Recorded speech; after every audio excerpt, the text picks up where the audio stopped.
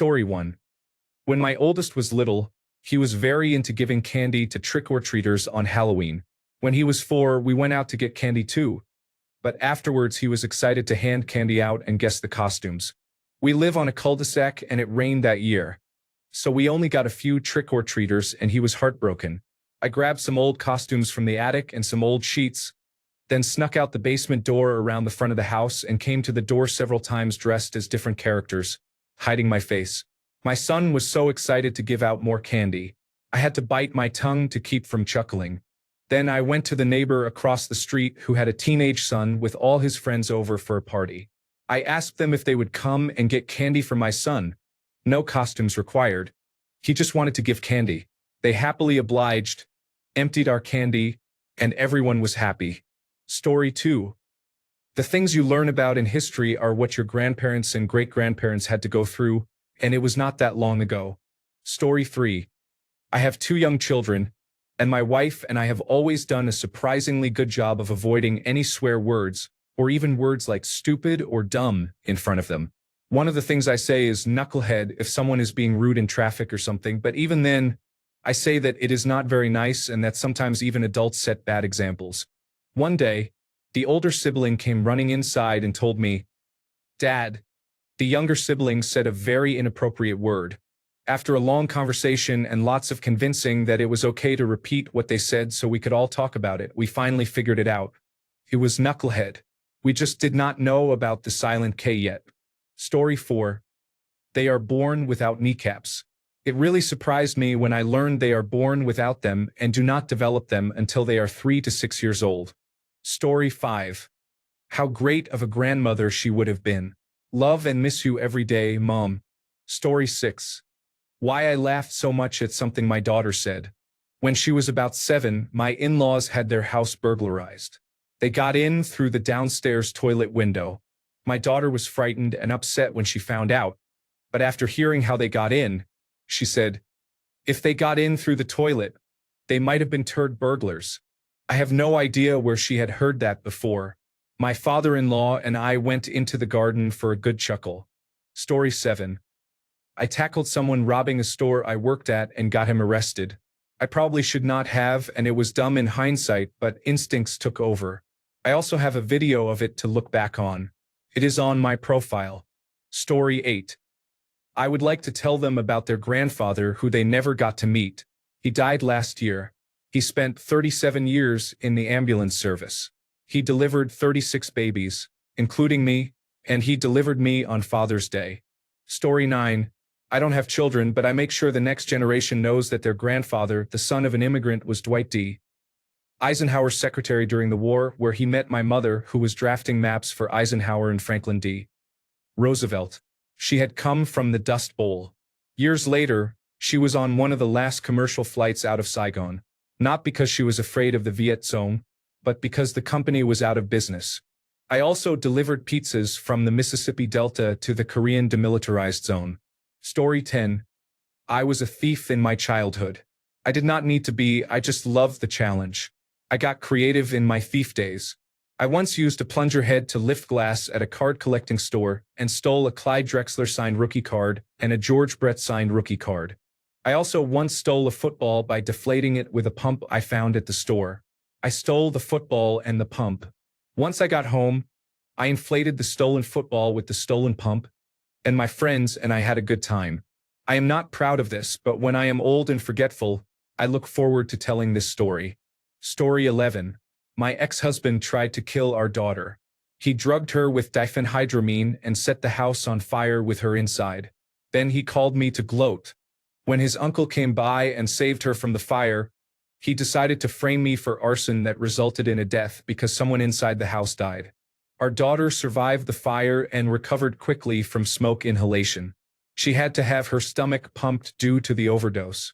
He had nailed the windows shut and blocked the doors from opening. Luckily, his uncle broke a window to get her out. I have never told our daughter this. I just tell her that her father has a mental illness, which is why he is not around. I look forward to telling her the whole truth when she is older. When he framed me, I spoke to the Oklahoma State Bureau of Investigation and local police. He made a poor attempt because I had airtight alibis. I was in United States Air Force Basic Training and Technical School. The government confirmed my location and proved that I could not have committed the crimes. Story 12.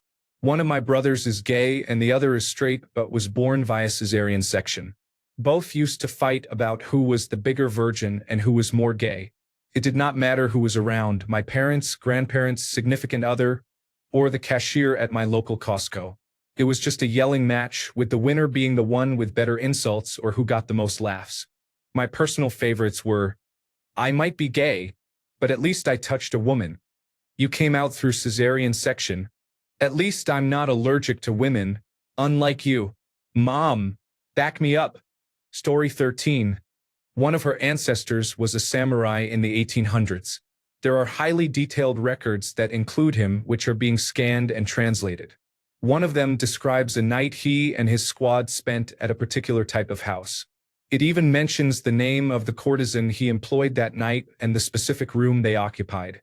Great-great-grandfather Samurai sure had some adventures. Story 14. Your father achieved the highest score on the college entrance examination in his school. Story 15. Honestly, the struggles of being judged while working as a stripper and going to school to build a better future for myself to ensure they would never have to struggle like their mother did. Story 16. I think a story about the pandemic will be quite entertaining. I feel sorry for kids who will have the 2020s on their history exam. A lot happened. Story 17. I was living in a small rental house 10 years ago. It had one bedroom, one living room, one bathroom, a small kitchen, and a back door leading to a narrow enclosure adjacent to the neighbor's house. Their bedroom was right next to it. There was a light bulb socket in that small backyard, but I never used that place for anything, so I never put a bulb there. At night, that place always remained very dark. One day, my neighbor told me they could hear movements in my backyard, like someone jumping down from the wall onto the concrete ground. They said it happened on multiple occasions and thought it was probably a thief. So I bought a compact fluorescent lamp and went to put it there. The socket was very high, and I had to stand on a tall wooden stool to reach it. That night, before I went to bed, I switched it on.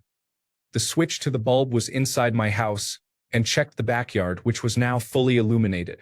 The next morning, I didn't go to the backyard and just switched off the light before going to work. On the second night, when I switched it on again before going to bed, there was no light. It remained dark. I tried multiple times, but there was no light. I thought the bulb was defective but was scared of the dark and the thief, so I didn't go to check that night and decided to check it in the morning. When I went there in the morning, the bulb was not in the socket. At first, I thought the thief stole it, but then I saw the bulb was on the ground, completely undamaged. There was no way it could have survived a fall from that height. I took the bulb inside and checked it. The bulb was working fine. I put the bulb back in the socket and went to work. On the third night, when I switched on the bulb, it was working. I went to bed. Around 3 a.m., I went to the back door and slightly opened it to see if the bulb was still working. It was pitch dark. I closed the door quickly and went to sleep. The next morning, I found the bulb on the ground again, undamaged.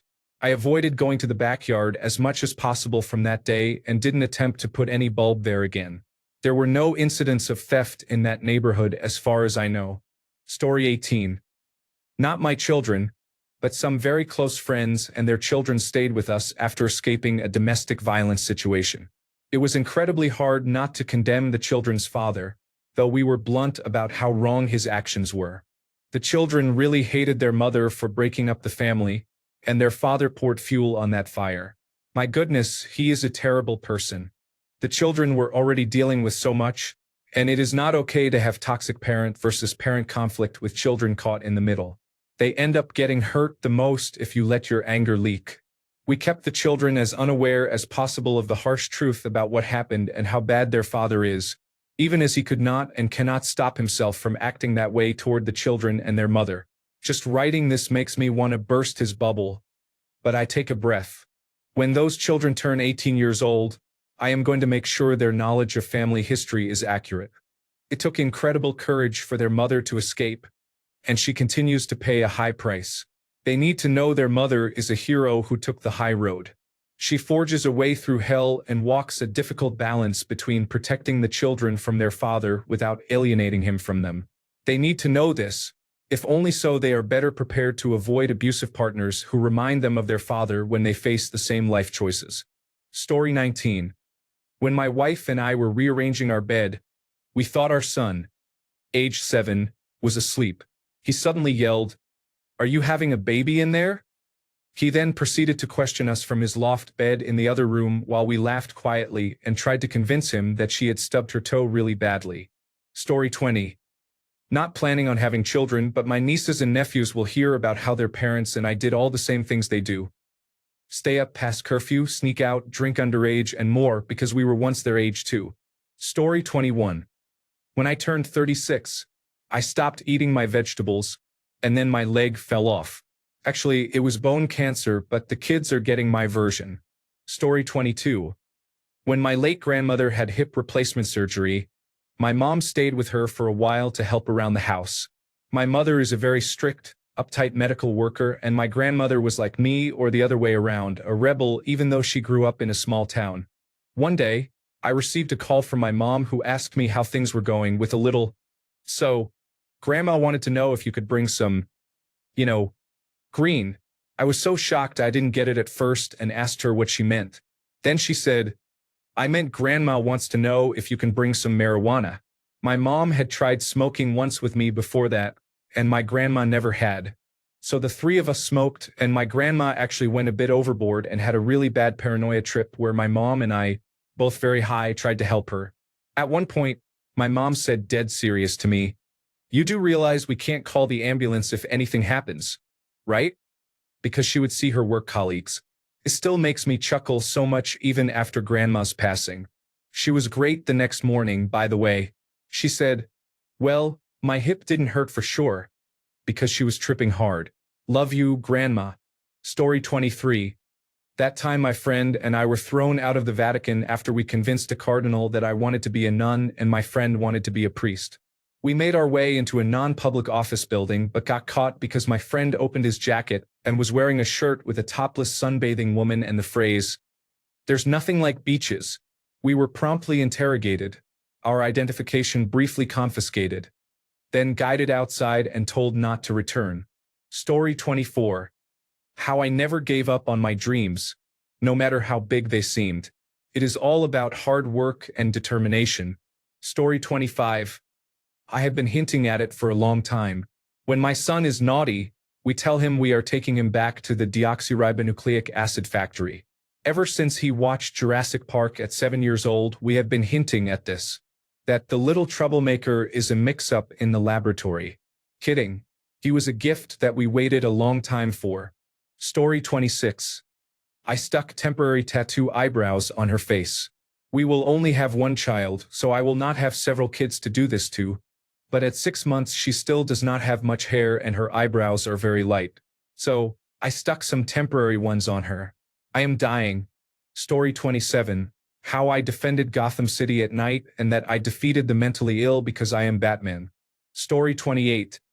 I would love to tell her all about my 20s. They are like David Bowie's 1970s. I barely remember them, and I was up to all sorts of mischief. Story 29.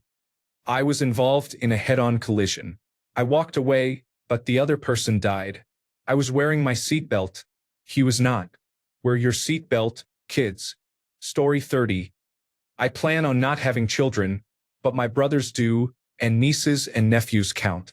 I have an honorary niece right now, and she counts. I have many stories to tell about our family, especially about my grandfather and grandmother. My honorary niece gets to hear all the funny stories about her parents, our friend group, and how her uncle dented a locker with his head during high school graduation. Story 31. The story of how Monkey D. Luffy became the king of the pirates. Story 32. How I firebombed the school. Or wait, maybe not to my children. Story 33. I really loved the Singing Ringing Tree television program. I got the DVD to show my grandchildren, but they were bored. Story 34. Their half-sister is difficult, and her mother is toxic. This is why we never get to see her, and there is a 14-year age gap.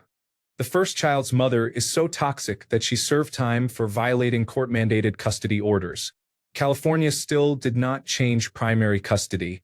The California Family Court is very frustrating. Story 35. I can't wait to tell the story of how I met my first and only love in my life, my boyfriend, who I hope will one day be the father of my children. I want to share everything exactly as I felt it. The sensations, the smiles, the hard and sweet times. I believe it is the most beautiful thing I have in my life and definitely my favorite story. Story 36. The grandmother changed the course of our family. My grandparents were addicts but sobered up and became amazing grandparents. She didn't have the best childhood and married my dad at 18 when he joined the Air Force. My mom went into banking after her sister wrote a fake reference letter on the letterhead of the bank she was working for. My mom climbed the corporate ladder, breaking the glass ceiling, with only a high school degree.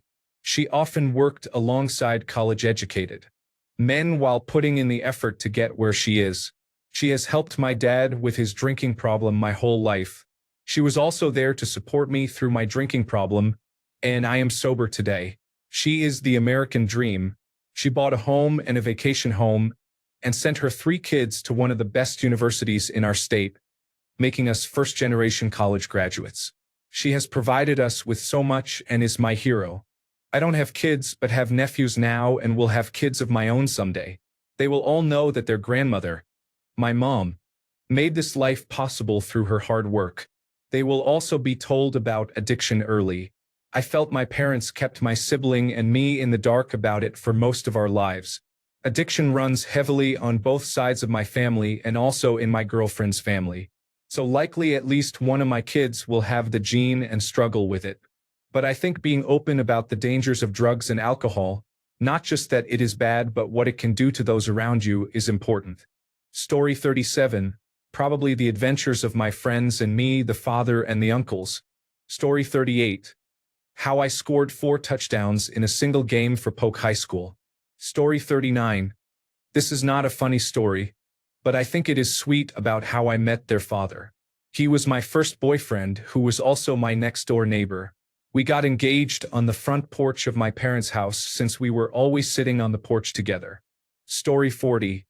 How their grandfather had a complete meltdown the first time he ever tried to do the taxes on a computer. Story 41. Both of their mothers tried everything to prevent their father from seeing them. Their father took them both to court at the same time and succeeded, ending their name changes and tactical attempts to erase me from my children's lives. It is coming. I love and miss both of my children very much. I cannot wait to have a life with them both. Story 42. A couple of years ago, the children had an argument because the older one would not share with the younger one. The younger child, who was 3 at the time, ran upstairs crying. Moments later, the crying turned to laughter. I went upstairs to find her dancing naked on her sister's bed, urinating on it in the ultimate act of revenge for not sharing. Story 43. The fact that I worked and completed my studies at the same time is important. I gave private lessons and wrote essays for others to pay for my rent and groceries. I did all this while living alone and exercising every single day. I also read a lot of books during that time. I am sure they will not be 100% persistent like I am, since they will not have any reason to be. However, I hope to be a role model for them. I will be very careful not to talk about how hard times were in my day, as they may feel incompetent. I want them to find my experiences encouraging and think, if Dad did it, so can I. However, I feel scared about having a child glued to an iPad watching TikTok videos 24 hours a day and complaining that life is unfair. He might have autism. Story 44. My children are old enough, so I am telling them all of these stories. Thank you, everyone. They will think I am cool now. Story 45. The tragedy of Darth Plagueis the Wise. In all seriousness, the story of defending myself against a moose is memorable. Also, some stories from when I worked in security, both in the United States and overseas. Story 46. How the coronavirus pandemic literally ruined every aspect of life for me. I will not be telling my children. It will be told to someone else's children because I am not going to be around for much longer. Story 47. Your children want to see holographic videos of all these incidents, or they will believe it did not happen. Story 48. Back in my day, coronavirus made us run out of toilet paper. People literally bought all the toilet paper in grocery stores. Story 49. Where some of my scars came from. They are young. We are raising them right. I do not need them to know about how I grew up just yet. But I do need to tell them at some point. Story 50. Just all the good and wild times in my life. I became a tattoo artist fairly young and felt I got to live a lifestyle not many get to see. I have wild stories for days. My young adult life was truly memorable, and I love the stories that have come from it. Story 51. To be honest, none of my children care about my life stories. I have lived a full life. I was not a complete failure, but I was not certain about what I wanted to do with my future, so I tried a little bit of everything. Oh well, maybe the grandchildren will want to hear a story. Story 52. I swear for about 2 years we wore masks and stayed home. Honest to God, the whole world. Story 53. About how rebelliously I have lived and am living. I absolutely love experiencing teenage and hormone-driven behavior. Story 54. When I was in kindergarten, I took some money from my mother's purse and hid it in my toy purse along with some playing cards. I did this so my mother would not see the money. Then, I walked to a store 15 minutes from home and bought a chocolate I really wanted because my mother, who was very strict, would not let me eat anything from outside. My parents found out because one of my father's friends saw me alone and told my father. He took a video of me apologizing, and I still have it to this day. Cracks me up every time I see it. Story 55. During COVID, I was going to propose to my now wife. She lived in Ontario and I lived in Minnesota. When the border closed, I had our dachshund with me in Minnesota. I had the dog for 7 weeks before smuggling her across with a trucker. That was in May 2020. I had to wait until December and was able to get an exemption to cross. It was the only time I have ever been nervous at the border. I had an engagement ring to declare for duty. The agent asked me what my plan was. Like a moron, I said I planned to cross, quarantine for 2 weeks, ask her parents for their blessing, and hopefully she would say yes. The agent replied no long term, like who was moving to which country. Fun times. She did say yes. We got married the following year, and I received permanent residency in Canada in January 2023. Story 56. I will tell my children how I and the world survived the coronavirus disease 2019 pandemic and the struggles of every country, of course. Story 57. When I was a child, my father would take me to the beach down the road. Where the beach was, the sun would set perfectly in the middle of the horizon. He would tell me that if I watched the sun go down, at the absolute last second of its faint visibility, if I was very lucky, a green light would shoot up from the sun and transport me to a magical world. In this magical world, seconds felt like days, and I could do anything I could imagine there. I believed it for years and often sat on that beach watching the sunset. I no longer live near the sea, but one day I will take my daughter to the beach at sundown and tell her the same story. Story 58. I was legally dead for over a minute due to an allergy to ethanol. Do not drink alcohol, children. Story 59. Once there was an ugly barnacle. He was so ugly that everyone died. The end. Story 60. It will be great nieces or great nephews for me, but I am going to tell them about the time their great-grandmother and I stood in the back garden in our pajamas looking at the northern lights, something that rarely happens in our part of the United Kingdom, and how their great-grandmother waited nearly 67 years to see them. Story 61. Not my children, but my nephew. He was staying at my parents' house, and they live in a rural area. So there are bugs. He saw a huge bug in the bathroom and mentioned that he was scared to go in there. Later that weekend, I was walking around the property and saw a huge mound of animal feces on the side of the house. I asked my dad what kind of animals had been around lately because there was a very large pile over there. We went over and looked at it, trying to figure out what animal could have left it. A bear? Maybe? Are there even bears around here? My stepmother later mentioned in passing that he was scared of the bathroom because of the bug, but she was not yet aware of the feces.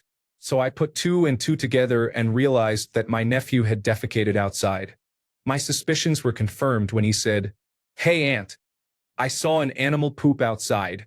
He must have overheard part of the conversation with my dad or heard someone mention the feces outside. I was busy at the time and didn't pay much attention, but I wish I had asked, "What animal?" I'm eventually going to tell him that I know. It's on the rough draft of the wedding toast. Story 62. How their mother was so strong and put her soul into everything. How their father was a difficult partner but grew to be a good man and father. Their mother always supported all of us through tough times, often at her own expense. She was protecting the family by leaving and sacrificed her marriage and partnership for the good of the children. They have the most selfless, loving mother who gives her all and expects excellence. Story 63. I just sat in total silence in the backyard, scoped in on a powerful airsoft rifle for 2 hours, so I could take a shot at the raccoon that ate all my pond fish 3 days ago. I knew the raccoon would come back to see if there were more fish. So that is the story. I got that animal too. It is fine. It just got upset from the sting and left quickly. Story 64. Kids, I think it's time. Time I told you how I met your mother. Story 65. I can't wait to sit them down and spend hours telling them how my friends and I were with everyone we came across. Then end it by saying I met your mother at a wedding. Story 66. I'm going to tell my children about the time I survived coronavirus disease 2019. I will really emphasize it, bringing out all the dramatics. I'll present it like parental lore. Oh yes, the toilet paper rush? People were hoarding and trading it like collectible cards. Oh, you want to go play with your friends? I had to stay 6 feet away from them at all times when I was your age. Story 67. I died, but I was brought back just so I could get the chance to meet your wonderful mother. The end. Story 68. I'm proud to say that life is better in our times before technology was invented. Living simply is the way to go. Story 69. When I was a child, my grandfather told us over Christmas dinner about our next-door neighbor who hammered a 9-inch nail into a cow. I asked him about it, and he said there was no such thing as a 9-inch nail. Took me until I was 40 to realize what he meant. Completely changed what the band 9-Inch Nails name meant. Story 70. If I have children, I will absolutely tell them about the time I went to the bar, and it just so happened that my city's National Hockey League team was there for their end-of-season party and were mingling with bar patrons. I was definitely fanboying that night. Story 71. I once had sex during a commemoration. It was before I met their mother. Story 72. I wear a helmet every time I use my bicycle. The one time I did not wear a helmet because I was in a hurry, I was hit by a car. Story 73. It is still being written as we speak, but the story of the theocratic revolution in my country, how they managed to do it and how we are going to reverse it. If I am able to survive it. Story 74. In 1917, their great-great-grandmother was cooking on a wood fire stove when her dress caught fire, and she burned to death. Story 75. How fortunate I was to be with their mother, Selena Gomez. Story 76. I have watched most of the Fédération Internationale de Football Association World Cup 2022 matches and the coronation of Lionel Messi, the greatest of all time. Story 77. When my intelligent cousin, age 20, greeted my mother and me at grandmother's funeral visitation, his eyes were glassy and red. My mother said, "Oh look, he's so upset about your grandmother," and she hugged him tightly. I saw my cousin as intoxicated as one can be. He said, "Come on, cousin. Let's go walk around and share memories of Grandma's house." It was very strong cannabis. We were both upset and red-eyed at the Southern Baptist funeral. No disrespect to Grandma. We were both intellectual misfits partaking in a marijuana communion. Story 78. Not so much my own stories, but I am super excited to show my boys my favorite animated series. Death Note, Full Metal Alchemist, Attack on Titan, and Cowboy Bebop.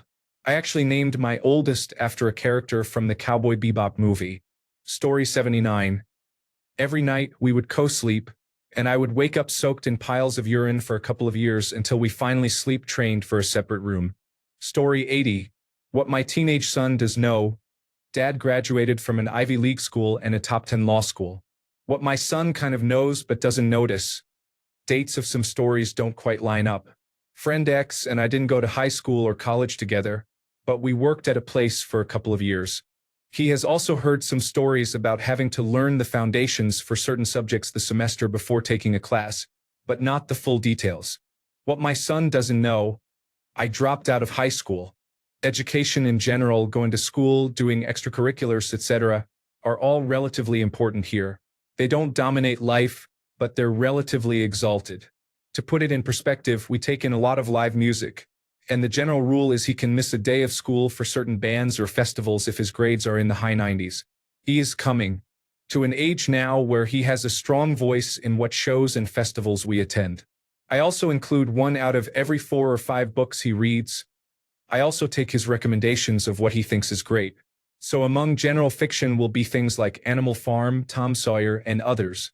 Things like this aren't over the top, but pretty well woven into life.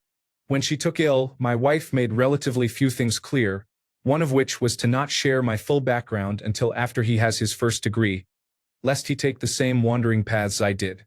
I acquiesced, but will probably wait only until he is 21. He will be in college by that point, but it will be too late to have an effect. What a surreal birthday that will be. Story 81. How we managed to take Bikini Bottom and move it to a different location. Story 82. About that time, the Undertaker threw mankind off the top of the cage at Hell in a Cell. Story 83. The legend of Daniel Campbell and Bradley Holmes bringing the Detroit Lions back from the dead. Story 84. There are so many. I am just 20 years old and will have many more. I am very proud of the fact that I have this many. Story 85. I am 44 years old and do not have children, at least none that I am aware of. Story 86. Their little faces when I tell them Santa was made up by Coca-Cola and that God is a fiction. Priceless. Story 87. Your mother stole from me to get money. She did not go to jail and is rewarded for it with alimony. Listen to your mother. Story 88. When I was a child, I used to fill balloons with propane and light them on fire. It nearly blew me to pieces. Story 89. My children's father has been in jail, but now he is a good man. Teach them the lesson of consequences. Story 90. I want to tell them about how there was a global pandemic, and the first reaction of everyone was to stock up on toilet paper. Story 91. My daughter is 7. She's mine, but I didn't help make her. Oh man, stories of my youth, the military, everything. I just have to wait until she is old enough to hear them. It helps that I have mostly been well-behaved my whole life, so there is nothing inappropriate that I have to edit. My friend's tales will probably have to wait until she is an adult. Yeah, Uncle Gary showed up at my house with most of a beer stein embedded in his head, just bleeding everywhere. It was crazy. Story 92. The time Joost Klein was disqualified from the Eurovision Song Contest. Or the time I punched a man in the face when he tried to steal my car. I'm not too picky about it. Story 93. I am not really looking forward to any of them, honestly. All those stories are quite tragic and depressing. Story 94. How their great-great-grandmother was a smuggler. She used to make trips back to Lithuania in the 1980s, smuggling religious items in from the United States. Story 95. The story of how I got these scars, specifically the one on my forehead from falling off a 100-foot waterfall and the one on my right thumb from a battle axe. Story 96. The Apocalypse movie 2012 was based on true events. Mom and Dad survived everything. Story 97. My children pretty much know everything about me, but I cannot wait to retell my stories to my grandchildren. Story 98. Their mother cheated on me with her sister's boyfriend. Story 99. How the day they were born changed me forever, for the better. Story 100. The time all 4 wheels left the ground at 190 kilometers per hour during an overtake on a bridge. Story 101. This might be a little weird, but I want to tell my children something I saw on YouTube. It said not to punish your children for breaking a rule they did not know existed. I do not have many children, but I will tell them this when I do have children. Story 102. My children are grown and have heard my stories. They know I had an incredibly adventurous, unusual, and tragic childhood and almost entirely raised myself. They know that I was put in the care of a narcissistic sociopath who had killed two of his children, and that from the day I first heard Donald Trump speak back in the 1980s, I recognized the same mental illness. They know my parents, grandparents, and great-grandparents did historically important humanitarian work and that all paid a price for it by a United States government that was in the wrong. They know I once stopped a woman from suicide just minutes before she planned to do it and how much that changed my life and the things I do now. They know I knew a 103-year-old man who was born into slavery and still worked as a groundskeeper when I was a child, and that their dad's sadistic great-grandmother still owned a slave in the 1930s. They know I started a successful business on an idea and $134 and gained some celebrity and every negative thing that celebrity brings. They know I walked away rather than bring children into that. They know I married a man who had only known a safe and stable life because there is only so much chaos a person and their children need. I do not know what they think of any of it. Story 103. I am going to explain to them what "all cops are bastards" means and how Daddy was so cool. Story 104. If they ever get into a toxic relationship, I would tell them that it is not worth it by sharing the story of my toxic ex. Story 105. I was with my friends when I lived in Utah and we went on a walk. I swear there was a zebra, not in a zoo, but in a pasture. He was in Draper. My best friend Dominic and I were petting it, and the zebra bit my arm on the soft part. The best part was that I got to show everyone the bruise afterwards. Story 106. My oldest is 10. I have had a feeling since he was little that he is going to be gay. Just little mannerisms and things, but who knows? Anyway, if or when he comes out, I am going to say, I have known since you were 4. We were doing a puzzle to find silly things in a picture. Spaghetti on a birthday cake, monkey on a chandelier, and so on. When you emphatically pointed to the mother and said, and the mom is wearing way too many patterns. If he is not gay, I will tell him when he is older, but I am keeping that in my pocket until he is pretty set in his sexual orientation, just in case. Story 107. About good movies to watch like Terminator, The Matrix, and Kill Bill. I can't wait to share my all-time favorite movie list with my children. I hope they will like it. Story 108. Their mother has a misdemeanor record. I was objectively a very poorly behaved kid and young college student, and she was an angel. However, she got a minor in possession charge as a freshman because her resident assistant was a total rat. Our first date story is pretty hilarious. Story 109. How I randomly had the urge to put on my helmet after going down the same path 50 times, and that last time, sure enough, I went flying. My head landed on the corner of a cinder block, missing my temple and cracking the plastic on the helmet. Story 110. I was on my roof when I was 8 years old and it started raining. I tried to get down but slid the whole way, launched off the gutter, crash-landed by a tree, and broke my arm. My third-grade teacher had to answer my proficiency test questions for me. Do not have children. I just wanted to share this with all of you. Story 111. I'm 17, so I don't have many amazing stories, but I would definitely talk about my abusive stepmother to use her as an example of what abuse looks like, so others can avoid it in partners and friends. I think my story about my suicide attempt might actually fit. After 5 years of depression, I finally decided to end my life and took the rest of my antidepressant and attention deficit hyperactivity disorder medication, which was a lot because we recently refilled it. My plan was to take it at night so my parents wouldn't know, but I was impulsive and wanted to die immediately. My stepmother realized my medication was gone when she went to get my brother's medicine and questioned me about where it was. I had no answer and just denied taking it. My father called me into the bathroom where he was taking a bath. He wasn't rude, just extremely worried as he questioned me. That was the most anxiety I've ever had. I eventually confessed to taking the pills. I physically couldn't stop apologizing, even as the paramedics arrived. I felt like a horrible child. That night at the hospital, they administered medication through my veins to flush the drugs out of my system. I don't remember the name of the medication. At first, I experienced the typical euphoria from drugs, but the medicine they gave me burned my arm from the inside out, the worst pain I've ever felt. Then came the distortion of reality. I felt like my arm was abnormally long or clipping inside objects, even though I didn't see any change. I thought random. Parts of my body were discolored and swollen. I saw moving rainbows all around, and I could not form a coherent thought. When doctors talked to me, I listened, but the moment they stopped speaking, I completely forgot what they said. I genuinely believed I was either going to die or stay that way forever. The thought of dying was only partially comforting because of my father watching over me. I didn't get any sleep that night due to the pain. I just lay there looking around the room, hallucinating. The next 3 days, I only woke up to eat meals. I recovered, but my anxiety worsened, and I now have more physical symptoms from anxiety than before. A year later, I still have dreams of my arms swelling cartoonishly. Don't take drugs, kids. Story 112.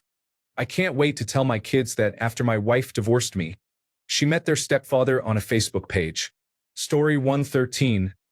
I came back to my grandparents' place heavily intoxicated from celebrating Oktoberfest. I was very thirsty and out of it, so I grabbed a glass on the counter to have some water. As I started drinking, something was touching my mouth. I turned on the light, and to my horror, it was the glass my grandmother kept her false teeth in. It has been over 20 years, and I still can't get it out of my head. Thanks a bunch for sticking around till the end of the video. Remember to subscribe, and until next time, stay awesome and goodbye.